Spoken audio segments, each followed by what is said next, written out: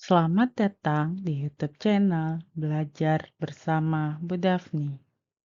Kita akan belajar penyajian data dalam bentuk tabel. Agar data mempunyai makna, maka data harus diolah dan disajikan dalam berbagai bentuk penyajian.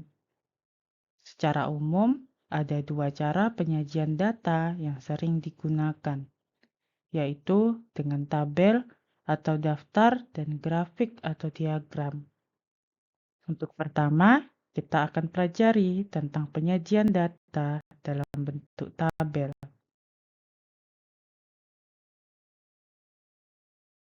Ada beberapa macam penyajian data dalam bentuk tabel.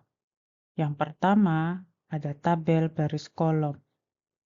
Tabel 1 berikut menunjukkan penjualan mobil pada perusahaan X periode tahun 2010 sampai 2015. Terlihat bahwa penjualan mobil tertinggi terjadi pada tahun 2014 sebanyak 76.105 dan penjualan mobil terendah pada tahun 2012 sebanyak 25.946.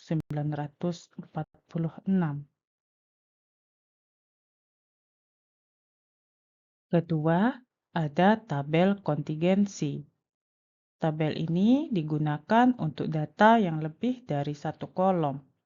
Contohnya, ada 3 kali 2, artinya terdiri dari 3 baris dan 2 kolom. Pada tabel 2 menunjukkan jumlah siswa menurut jenis kelamin.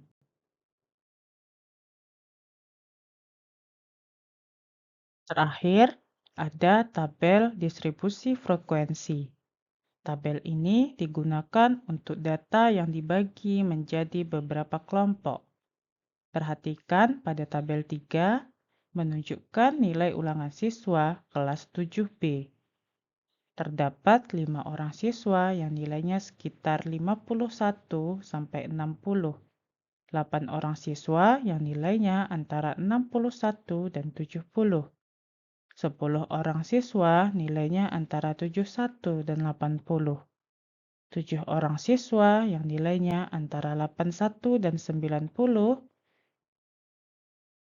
Dan 10 orang yang mendapatkan nilai antara 91 dan 100, di mana jumlah seluruh siswa kelas 7B berjumlah 50 orang. Pada rentang nilai berapakah siswa yang terbanyak nilainya?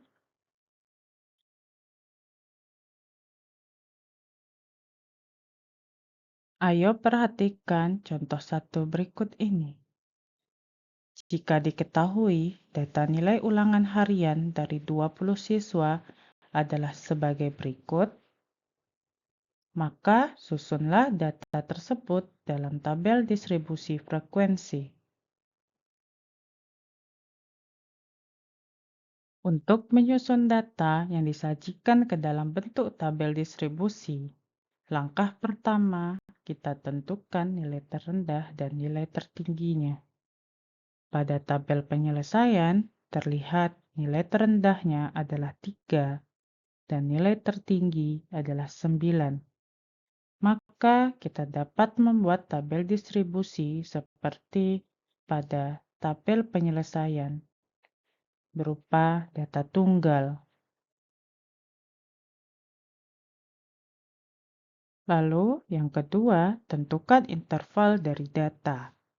Bisa terlihat siswa yang mendapatkan nilai 3 sebanyak 1 siswa, siswa yang mendapatkan nilai 4 sebanyak 4 siswa, siswa yang mendapatkan nilai 5 sebanyak 5 siswa, begitu seterusnya sampai dengan nilai 9.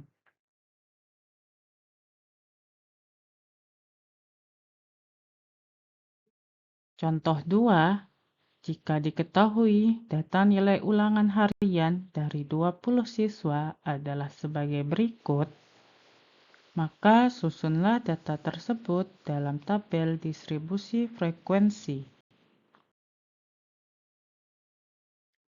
Sama halnya seperti pada contoh 1, Untuk menyusun data yang disajikan ke dalam bentuk tabel distribusi, langkah pertama kita tentukan nilai terendah dan nilai tertingginya. Kemudian, pilih interval nilai yang memuat 5 angka atau 10 angka. Pada contoh, terlihat panjang interval 5. Artinya, terdapat 5 nilai dalam satu interval. Misalnya, pada interval 56 hingga 60, ada 5 nilai, yaitu nilai 56, 57, 58, 59, dan 60. Kita pilih intervalnya bawah 56 karena nilai terendahnya adalah 57, sehingga dapat kita membuat tabel distribusi seperti contoh ini. Demikianlah penjelasan tentang penyajian dalam bentuk tabel. Selanjutnya, ayo kerjakan soal latihan berikut.